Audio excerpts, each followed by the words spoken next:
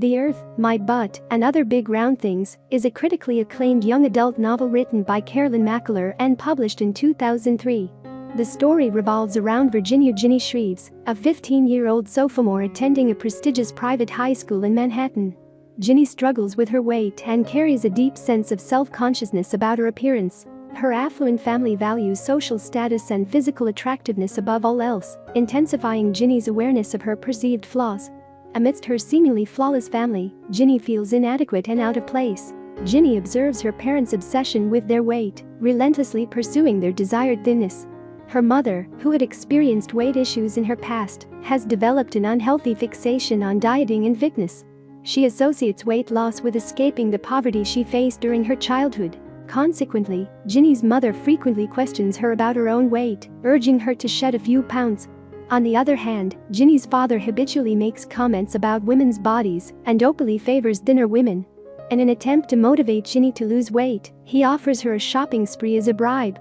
Although Ginny desires to lose weight, she finds it challenging to achieve her goal. These experiences reinforce Ginny's belief that she is the odd one out, the ugly duckling in a family of swans. Ginny has a make-out buddy named Froggy Welsh IV, but she fears that if he or any other boy at her school sees her as overweight, they will lose interest in her.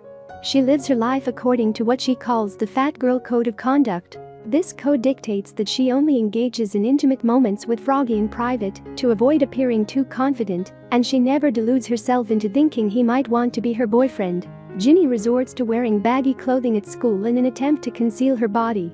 At the beginning of the book, she is uncertain about her feelings for Froggy and whether their relationship holds potential beyond the physical.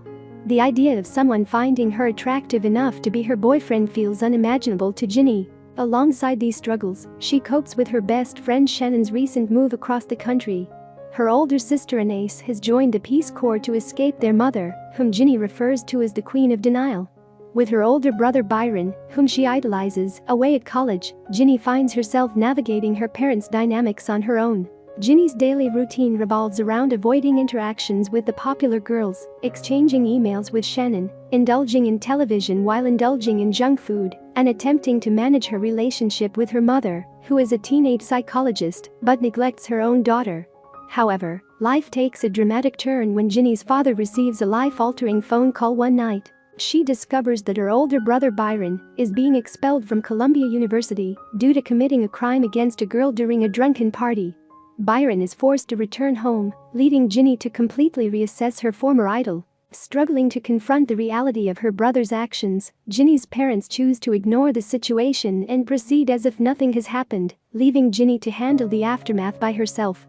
As her hope dwindles, she rebels against her parents, determined to live life on her own terms. Her rebellion begins with purchasing a plane ticket to Seattle, where she plans to visit Shannon during the Thanksgiving weekend, seeking solace and a fresh perspective. Determined to avoid her parents' interference and their tendency to treat her like a child, Ginny opts not to inform them of her plans, certain they would try to stop her from going.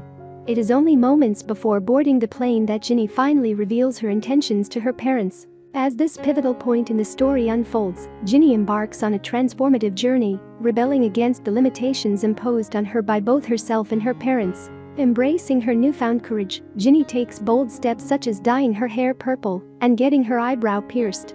These physical changes mirror her internal shift, marking the beginning of her personal transformation. She channels her determination into starting a webzine, forging new connections, and immersing herself in kickboxing. Additionally, Ginny resolves that even if the rest of her family chooses to turn a blind eye, she will confront the truth head-on. She decides to visit Columbia University and meet the girl her brother raped, Annie Mills. Despite facing this daunting task alone, Ginny refuses to let Annie's existence go unnoticed when nobody else in her family acknowledges her. By the end of the book, Ginny emerges as a more confident and self-assured individual, finally finding comfort in her own skin. Her journey of self-discovery and rebellion against societal constraints has shaped her into a person who embraces her true identity. I hope you enjoyed this video. Leave a like if you did, and be sure to subscribe. Thank you.